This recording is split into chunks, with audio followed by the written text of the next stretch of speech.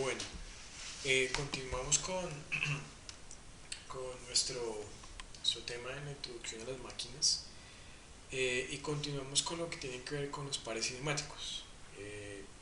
Observábamos en el anterior video que teníamos elementos, miembros, piezas, mecanismos que formaban nuestra máquina. De una u otra manera, esos mecanismos para que funcionen dentro de nuestra máquina, ¿cierto? Los elementos o miembros interconectados por eslabones y demás para que funcionen nuestra máquina correctamente tienen que tener una serie de mecanismos, de pares cinemáticos, perdón, en donde esos pares cinemáticos van muy ligados con la forma de los elementos que tienen movimiento relativo. Quiere decir que el par cinemático, como le dice acá en nuestra segunda idea, es aquel que permite el movimiento relativo entre miembros, ¿sí? Elementos o miembros, a través de un contacto permanente, ¿sí? Entonces, cuando yo estoy hablando de ello, hacemos relación a dos miembros contiguos en contacto y con movimiento relativo. Entonces, fíjense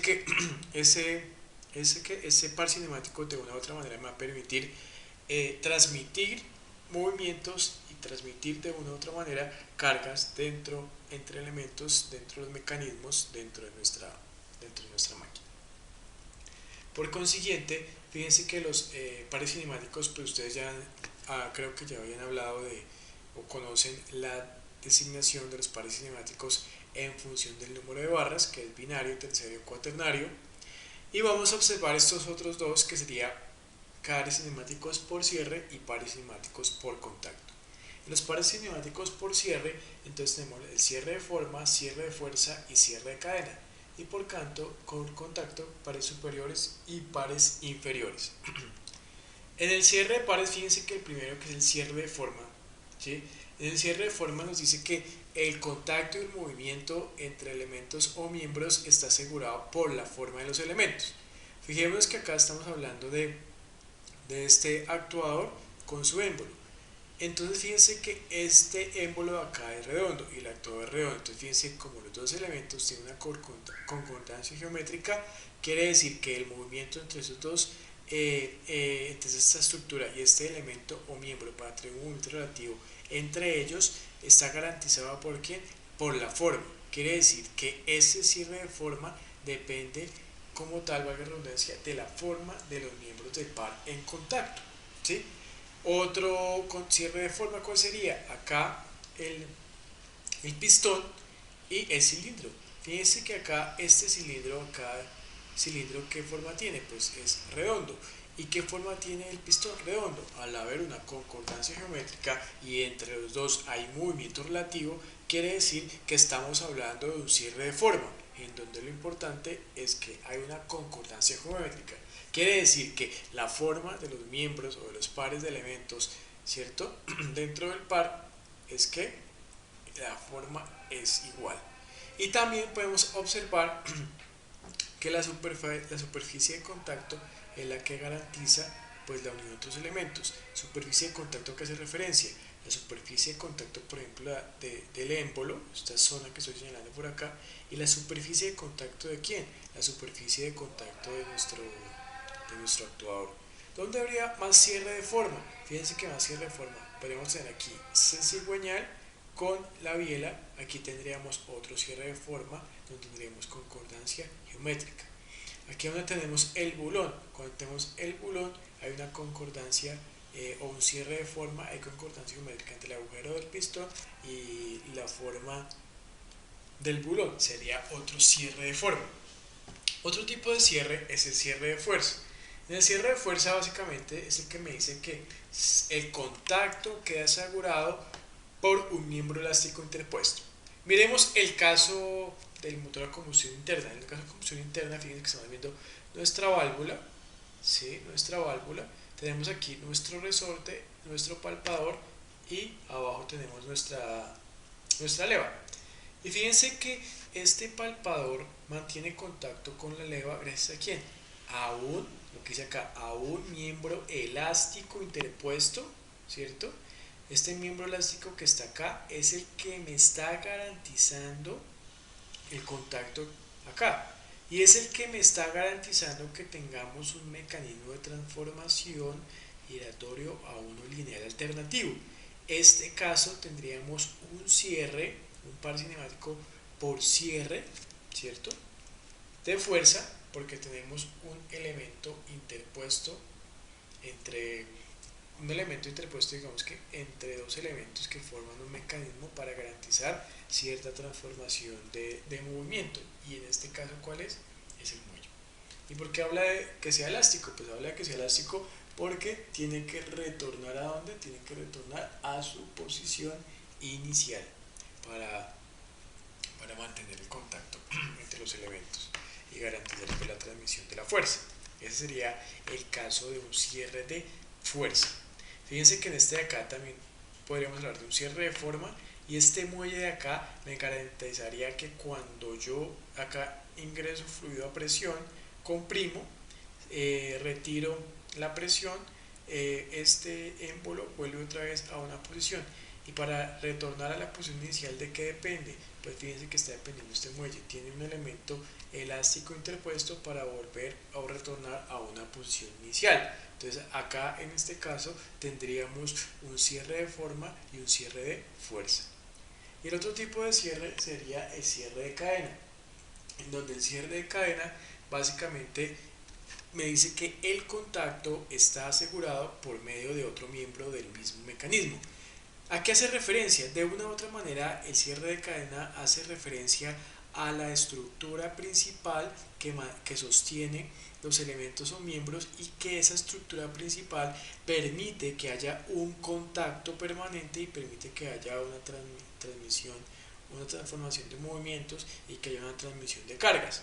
Fíjense que en este caso el elemento 1 es la estructura principal, y esa disposición de estas barras permite que estos dos engranajes transmitan fuerzas y tengan un movimiento relativo uno respecto a la otra. En esta otra, donde tenemos una rueda de fricción, aquí vemos un esquema estructural, aquí vemos un esquema cinemático.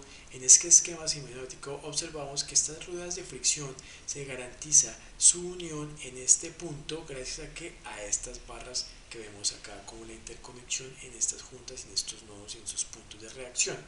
Eso sería un cierre de cadena. Entonces miremos pues que en este caso podemos observar que entre 1, 2 y 3, en este caso estaríamos observando un cierre de forma. Aquí se garantiza la transmisión por la disposición de estos elementos, estaríamos hablando de un cierre de cadena. Aquí estaríamos hablando, por ejemplo, este elemento de acá tiene una forma redonda, esta zona donde está ingresando tiene una forma redonda, tenemos un cierre de forma, ¿cierto? Un cierre de forma. Y también de una u otra manera, fíjense que si yo coloco aquí una fuerza en 4, al mover este fluido estoy moviendo aquí 3. Entonces fíjense que este movimiento de este elemento, gracias al movimiento de y gracias a la construcción de este elemento, tendríamos también un cierre de cadena, ¿sí? Un cierre de cadena, ¿correcto? Entonces, otra clasificación, como la que veíamos en el mapa conceptual inicial, es por medio del contacto. Puede ser un contacto puntual o un contacto superficial. Los contactos puntuales se conocen como pares superiores, y los contactos superficiales se conocen como pares inferiores. Miremos que este caso del émbolo, perdón, del émbolo no, sino de la leva con su palpador, que va conectado aquí a las válvulas, es un tipo de contacto puntual. Solamente aquí en esta zona específica se está dando el contacto del palpador con nuestra leva, sería un par superior. Y acá estamos hablando de contacto superficial, quiere decir que, o pares inferiores, por ejemplo, donde veríamos un contacto superficial, aquí esta zona donde tenemos el pistón con el bloque acá en el cilindro tendríamos un contacto que inferior.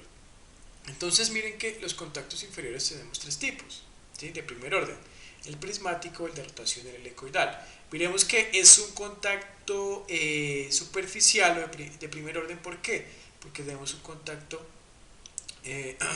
inferior, superficial, porque tenemos aquí prismático, porque el contacto que en toda esta zona de acá tiene la misma forma. Acá está girando a una velocidad angular, acá tenemos un rodamiento, y el contacto se da de este punto de acá hasta este punto de acá, entonces es superficial. Y en esta zona de acá tenemos un contacto superficial o un par inferior, porque fíjense que es helicoidal, porque todos los hilos están en contacto con la superficie de ¿quién? De rodamiento, que también va a tener pues, de una otra manera la misma superficie helicoidal, ¿correcto? Y otros tipos de pares serían los pares el esférico, el plano y el cilíndrico, que serían pares todos inferiores. Par inferior, ¿por qué? Fíjense que en este caso tenemos la cuenca, y esta cuenca, fíjense que está permitiendo tener diferentes rotaciones, y sería un par superficial. Toda esta superficie está en contacto con este elemento de acá. Lo mismo acá, la superficie inferior de este elemento 1 está en contacto sobre todo este plano, sería un par inferior superficial, más no es puntual, ¿sí? Porque fíjense que acá también interviene el área de contacto. Esa área de contacto es grande, es un área de contacto pequeña, un área de contacto puntual, es solo un instante. Y este de acá, el cilíndrico, que se permite una rotación y una traslación del elemento, pero fíjense que de acá hasta acá tenemos un contacto superficial, ¿sí? Entonces, fíjense que esos serían los pares superiores e inferiores, ¿sí? Y miremos otros tipos de pares cinemáticos, que son los pares con deslizamiento y pares con rodadura. Fíjense que el par de rodadura de una u otra manera también podría entrar dentro de un par cinemático superior o puntual. ¿Y por qué? Porque en esta rodadura, fíjense que el contacto que se da, que es un contacto puntual, pues va rodando sobre este elemento, pero viene siendo solamente un contacto puntual, ¿sí? Y en este caso acá, fíjense, también podríamos hablar un deslizamiento. Este se desliza sobre este, ¿cierto? Se desliza sobre este, pero también podríamos, ahí hablaremos también del contacto. También podríamos decir que hay un contacto puntual en este punto, en este punto, en este punto y en este punto, ¿correcto? Que sería muy diferente a lo que sería el contacto superficial, ¿sí? Que en el contacto superficial, o los miembros inferiores, ¿sí? O miembros inferiores como está acá, dicen que también ese par cinemático pues depende de la concordancia geométrica, concordancia geométrica, ¿correcto? Y en los superiores, fíjense que de una u otra manera no hay concordancia geométrica. Es otra explicación para poder diferenciar esos dos tipos de pares. Entonces fíjense que dentro de la cadena cinemática podemos encontrar miembros rígidos, miembros deformables. Entre los miembros rígidos encontramos pares inferiores y pares superiores, inferiores que son un contacto superficial, superiores que son un contacto puntual. Otros ejemplos, entonces, cojinetes, frenos, embranes, crucetas, cuña, tornillo, todos tienen contactos inferiores. Y superiores, levas, trinquetes, palancas rodantes, engranes, todos son contactos superiores. Y los miembros deformables, elásticos y flexibles, entonces elásticos, resorte y ballestas, flexibles, correas, cables y cadenas, ¿sí? Entonces, usted ya conoce todos esos elementos. Por ejemplo, un cojinete, en un cojinete está basado en ¿qué? Está basado en que la superficie del eje descansa sobre la superficie del cojinete. Entonces tenemos una superficie que está resistiendo pues como tal el movimiento del eje, entonces sería un par inferior, ¿sí? La leva como veíamos pues es un contacto puntual. El trinquete es un contacto puntual solamente en un diente. Recordábamos los trinquetes de accionamiento en el pasado video. En las cadenas cinemáticas podemos tener varios pares agrupados, ¿no? Podemos tener un par, por ejemplo en este caso tenemos un par de rotación, un par helicoidal por el tornillo y un par de traslación prismático, ya que este elemento que estoy señalando acá, el 2, se mueve en esta base que tiene concordancia geométrica, tiene un cierre de forma y es un par de traslación. Este helicoidal, pues como veíamos también, porque puede ser un par superior helicoidal, este es un par de rotación, ¿correcto? Entonces, dentro de la cadena cinemática, para que funcione, debe haber diferentes transformaciones de movimiento que se logran gracias a los diferentes pares cinemáticos interconectados. Entonces, para terminar con esta parte de la introducción, nos queda hablar de que cuando nosotros vamos a hablar de lo que son las máquinas nosotros las podemos dividir en máquinas máquinas compuestas o máquinas herramientas compuestas con arranque de viruta y las podemos dividir en máquinas compuestas sin arranque de viruta. Dentro de las principales máquinas compuestas con arranque de viruta encontramos lo que es, por ejemplo, todas las máquinas que me permiten realizar un elemento o miembro o una pieza por el retiro controlado de material. Eso es lo que se conoce como mecanizado. Retiro controlado de material para darle forma para obtener una pieza. ¿Sí? Eso es lo que se conoce como arranque de viruta. Entre las principales máquinas y herramientas compuestas con arranque de viruta encontramos la fresa, fresadora, encontramos el torno, encontramos el taladro y encontramos la sierra, las principales. Entre las máquinas que pueden ser compuestas o simples, sin arranque de viruta, ¿y por qué le digo también simple? Porque hay que fíjense que una máquina sin arranque de viruta puede ser un destornillador, puede ser un alicate, puede ser un cortafrío, sin arranque de viruta, puede ser un laminado, es una máquina que podemos decir que podría ser una máquina de laminación, podemos decir que puede ser una máquina de herramienta, pues sí, pero fíjense que yo le puedo dar forma, pero no estoy retirando material, entonces sin arranque de viruta, ¿correcto? Entonces miremos acá, esta parte que vemos en la diapositiva.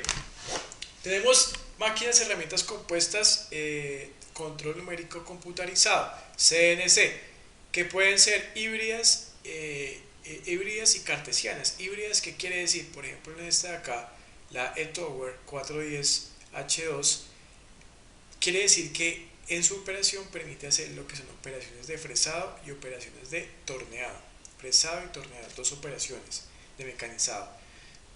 Y esta de acá, que es la que tenemos en nuestra universidad, solamente permite hacer ¿qué? Fresado. Entonces, esta no es híbrida, pero esta de acá sí sería híbrida. Las dos son de control numérico computarizado. ¿Qué es control numérico computarizado? Quiere decir que a partir de un CAD, ¿sí? A partir de un CAD usted realiza su CAD, por ejemplo en CATIA, Solid Edge, realiza su pieza, después la montamos en un software que se llama Mastercam, y ese software Mastercam lo que me permite generar es un código, el cual yo voy a ingresar a la máquina va a reconocer ese código y va a empezar a realizar la pieza que usted diseñó. Estas son las máquinas herramienta manuales con arranque de viruta que tenemos en la universidad. Está la máquina herramienta compuesta, que es el torno, y esta es la fresa, torno y fresa, ¿correcto? Ya más adelante en las clases correspondientes de mecanizado vamos a ver cada parte a profundidad, cada parte a profundidad. ¿Por qué es cartesiana? Porque fíjense que en estos casos el movimiento, acá podemos tener movimientos en X, acá podemos mover la mesa en X, podemos mover la mesa en Y, entonces podemos tener diferentes movimientos de la herramienta respecto a la pieza de trabajo en todos los ejes X, Y y Z, ¿sí? Como lo vemos acá, Z, X, Y, todos los ejes tienen un movimiento determinado.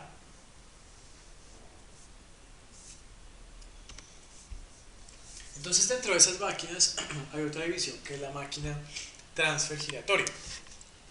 Cuando hablamos de la máquina transfer, quiere decir que cuando se le habla de la máquina transfer, quiere decir que esa máquina es utilizada para realizar, es una máquina que está utilizada para realizar una pieza, solo una pieza en serie, ¿sí?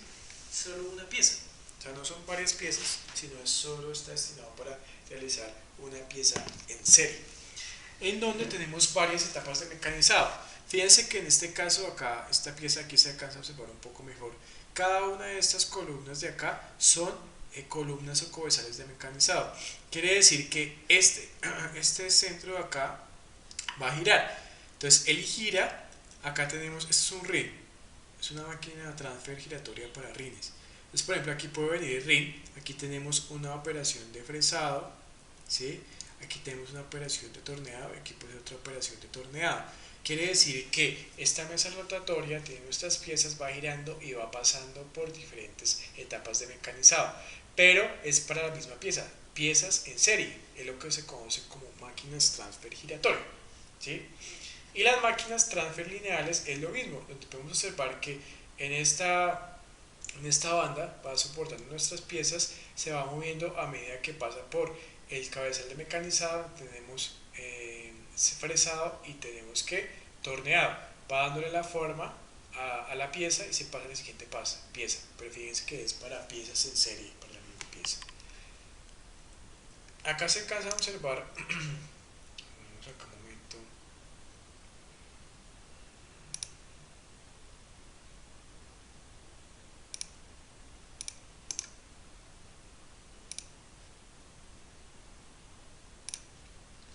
acá unos videos, vamos a reproducirlos, de algunas máquinas como las que vemos ahorita.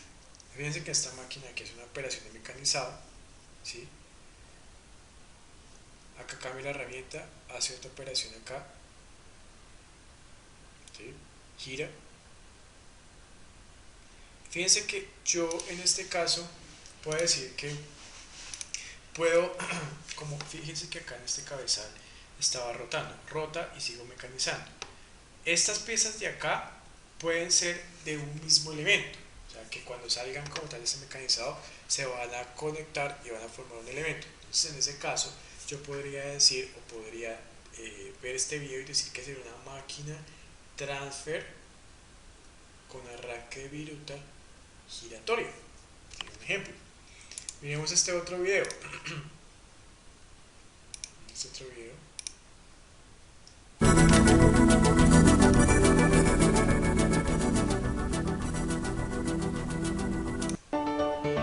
Bueno, acá es una máquina.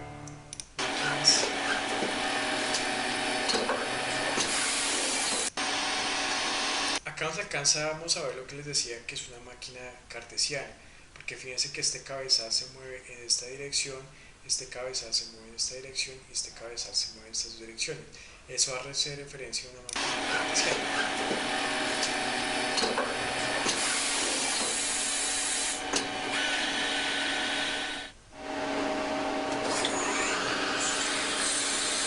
Operación de taladrar, toda la viruta que sale.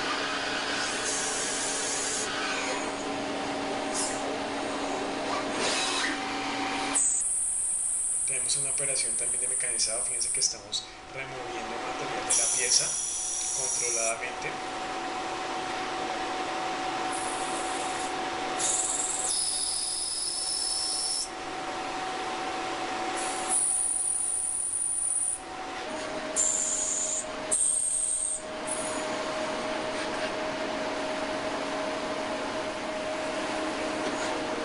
Entonces los pedazos de material que salen del proceso mecanizado se llama viruta. Es un taladrador.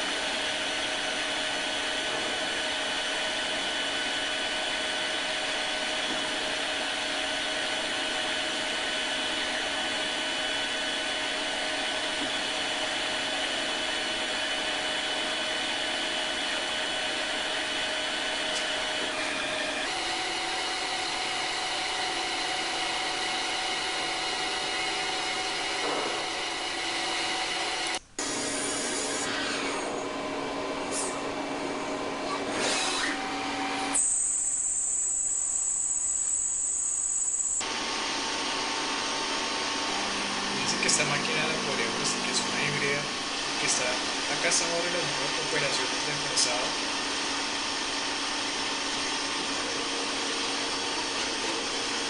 Y en la anterior estamos haciendo operaciones de tornado.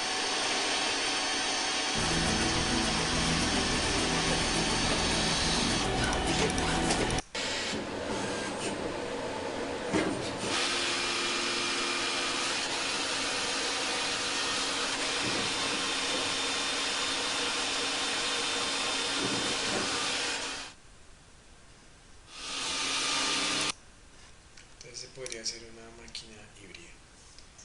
Y entonces miren que dentro de las máquinas herramientas se tiene que cumplir una serie de parámetros para un funcionamiento correcto. Y entre ellos, pues acá listaba tres, que es la rigidez, amortiguamiento, precisión y plataforma cinemática. Cuando hablamos de rigidez quiere decir que la máquina, pues ya lo habíamos hablado anteriormente, todos sus mecanismos, sus piezas y sus elementos, sus miembros, tienen que soportar fuerzas soportar fuerzas de tal modo que no van a tener deformaciones permanentes, quiere decir que tienen que tener una rigidez determinada durante la operación de mecanizado. El amortiguamiento hace referencia a la absorción de vibraciones de la herramienta de corte, o sea, lo que pasa es que cuando se hace el corte de la herramienta sobre el material tiende a que se produzcan vibraciones, pero la máquina tiene que absorber esas vibraciones. ¿Para qué? Para garantizar un correcto acabado y garantizar unas tolerancias dimensionales después del proceso mecanizado. Entonces fíjense que ese amortiguamiento va muy ligado con el de abajo, que es el de precisión, que es el de precisión lo que les comentaba, garantizar medidas, garantizar tolerancias establecidas por el diseñador. Y la plataforma cinemática, que es lo que les decía que es referencia a a las coordenadas cartesianas que se pueden mover ya sea el cabezal o sea la pieza en direcciones X, Y o Z para lograr como tal una forma determinada. Entonces con esto damos por terminado la primera